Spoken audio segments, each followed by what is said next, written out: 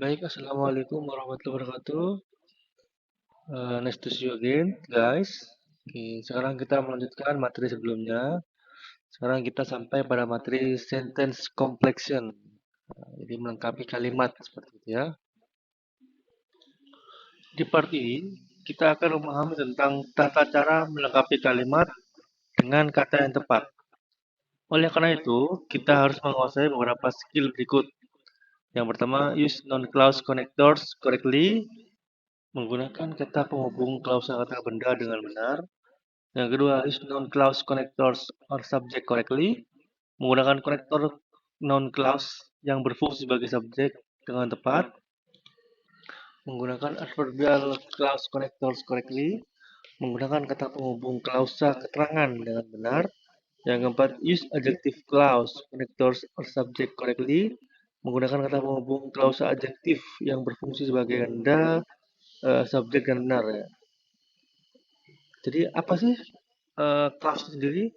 Jadi pengertian clause itu adalah sekelompok kata, jadi kumpulan kata gitu ya, yang mengandung subjek dan kata kerja atau verb.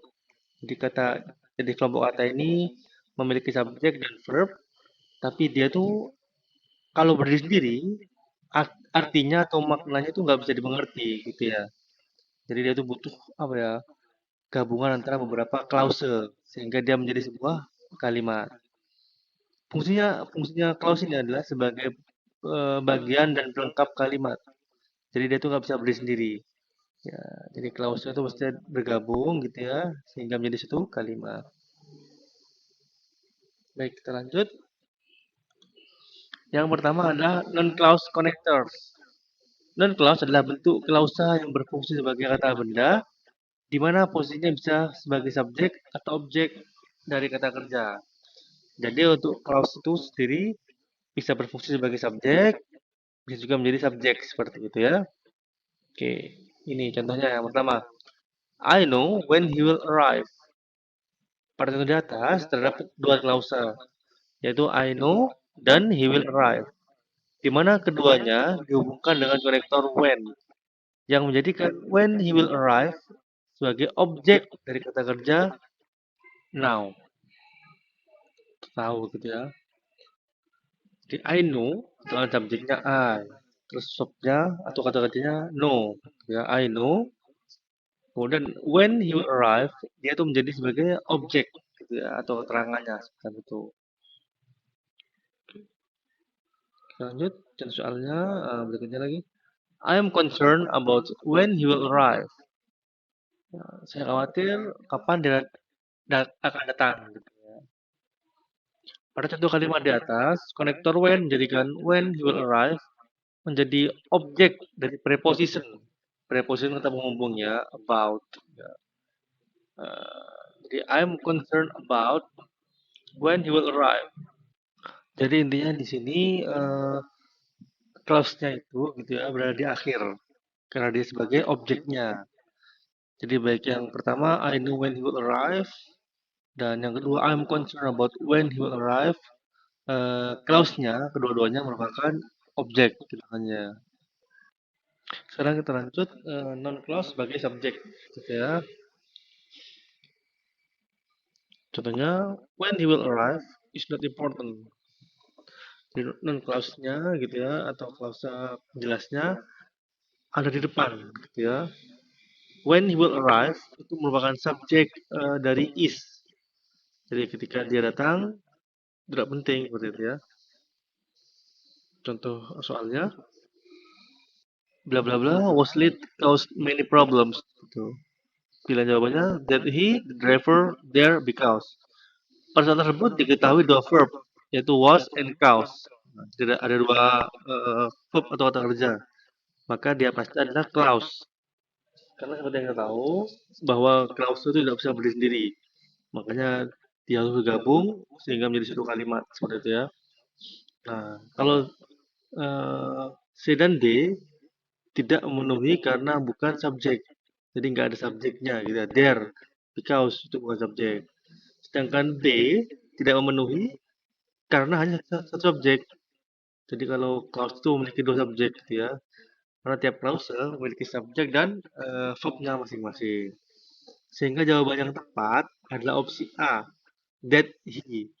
He menjadi subjek dari was, sedangkan that gitu ya menjadikan that was late sebagai subjek dari cause. Nah, dari that itu adalah subjeknya dari cause many problems dan he merupakan subjek dari was late. Baik, lanjut. Non-clause connector or subject correctly. Gitu ya. Pada keterangan sebelumnya, diketahui bahwa non-clause connector sebagai kata penghubung. Dalam part ini, kita akan belajar lebih lanjut bahwa kata penghubung non-clause tidak hanya berfungsi sebagai konektor, tapi juga sebagai subjek dari sebuah klause. Sebenarnya sama aja gitu ya pembahasan kita tentang klause-klause aja gitu ya. Cuma di sini kita bahas dengan cara yang lain ya. Yang pertama, example one. You do not know what is in the box. Ini kan sama. What is in the box tadi sebagai objek seperti itu. Nah, di sini kita cuma bahas sedikit lagi. Jadi what di sini adalah subjek dari is in the box gitu ya, dari is. Dan juga what di sini berperan sebagai konektor seperti itu. Jadi sama aja nggak usah bingung ya. Sama kayak tadi. Buat tadi dibuat satu klause what is in the box sebagai objek ya. Nah, kalau sekarang kita bahas satu-satu. Jadi what itu sebagai subjeknya is in the box dan what itu juga berfungsi sebagai konektor atau penghubung. Nah, contoh berikutnya adalah we are concerned about who will do the work. Kita, kami risau tentang siapa yang akan melakukan pekerjaan itu. Sama, who di sini berfungsi sebagai subjek dari will do the work dan juga sebagai penghubung seperti itu ya atau connectors. Nah, di sini dia juga kalau suatu klause who will do the work itu merupakan objek dari preposition about. Ya, sama aja kayak tadi. Oke, kita lanjut yang berikutnya. Whoever is coming to the party must bring a gift. Nah, ini tadi kan sebagai subjek gitu ya, sama aja sebenarnya. Jadi whoever is coming to the party sebagai subjek kalimat, must bring a gift sebagai objeknya. Akan dijelaskan bahwa whoever itu sebagai subjek dari is coming to the party dan juga sebagai konektor dari kalimat seperti ya. Contoh soalnya, bla bla bla was on television made me angry. Bla bla bla di televisi membuatku marah seperti ya. Dan jawabannya it, the story, what, and where. Ini ada dua kata kerja yaitu was dan made ya. Tentu saja ini merupakan clause. Karena clause itu harus memiliki dua subjek gitu ya. Karena gabungan dari beberapa clause. Kalau it, the story ya, A sama B itu masih salah karena cuma satu subjek gitu ya. Nah, yang mungkin what atau when gitu ya. Karena bisa berubah sebagai subjek, juga bisa sebagai kata penghubung seperti itu. Jadi yang paling tepat adalah yang C, what gitu ya. What was on the television made me angry. Jadi was itu bisa berfungsi sebagai subjeknya was on the television atau sebagai konektor dari kalimat made me angry seperti itu ya. Jadi apa yang ada di televisi membuat saya menjadi marah. Intinya kalau sebuah kalimat memiliki dua buah eh, kata kerja verb gitu ya, itu pasti adalah clause gitu. Jadi pasti ada nggak mungkin satu kali satu subjeknya. Jadi pasti subjeknya dua. Kalau nggak menemukan dua subjek, maka kita bisa menggunakan connectors seperti what, when, whoever gitu ya, who dan lain sebagainya seperti itu. Baik, kita lanjut ke slide berikutnya. Adverbial clause connectors correctly. Jadi ini merupakan kata keterangan ya.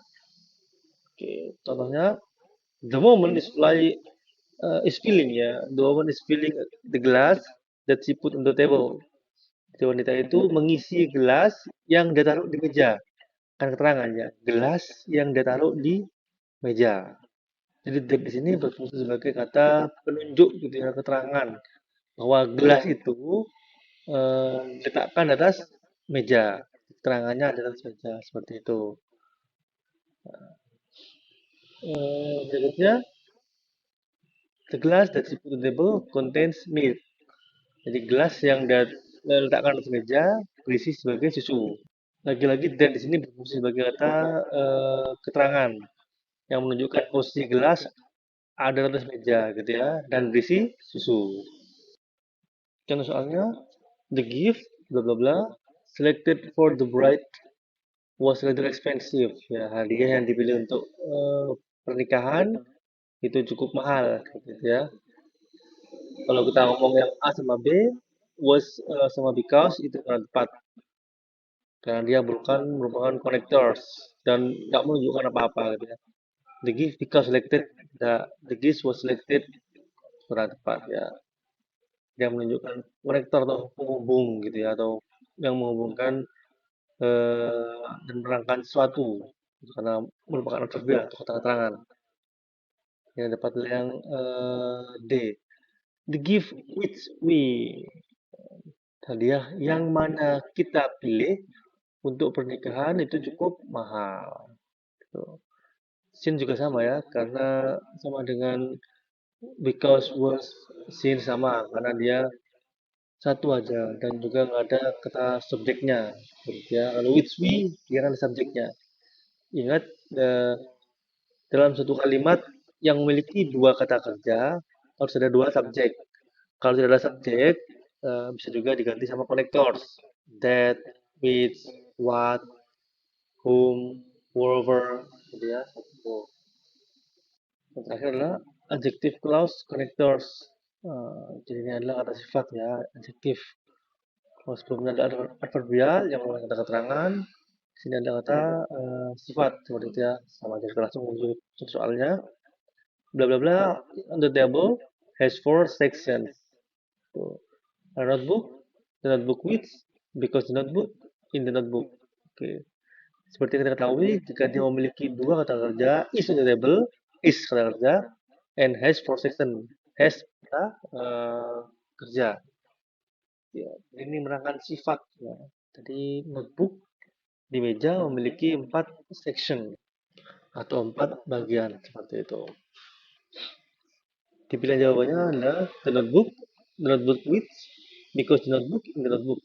Kalau yang pertama salah gitu ya, yang dibutuhkan dua buah subjek dan juga kata penghubung. Di sini subjeknya satu, kata penghubungnya nggak ada seperti itu ya. Salah pertama. Yang C dan D itu because sama in the notebook itu bukan kata penghubung ya, because in itu bukan kata penghubung. Dan benar adalah yang C, yang B gitu ya. The notebook which, jadi which itu merupakan kata penghubung. The notebook which is on the table has four section. Jadi notebook yang ada di meja memiliki 4 bagian. 4 bagian ini merupakan adjektif atau keterangannya gitu ya. Keterangan dari the notebook. Semacam itu. Oke, mungkin sampai di sini aja ya. Silakan kalau ada pertanyaan, jangan malu bertanya. Boleh WA kalau malu di grup, boleh japri pribadi ke saya. Gitu ya. I'm waiting your question. Uh, doesn't matter. And don't be afraid to asking a question to me. Gitu ya. Oke. Thank you for your attention. Good to see you again next week. Assalamualaikum warahmatullahi wabarakatuh.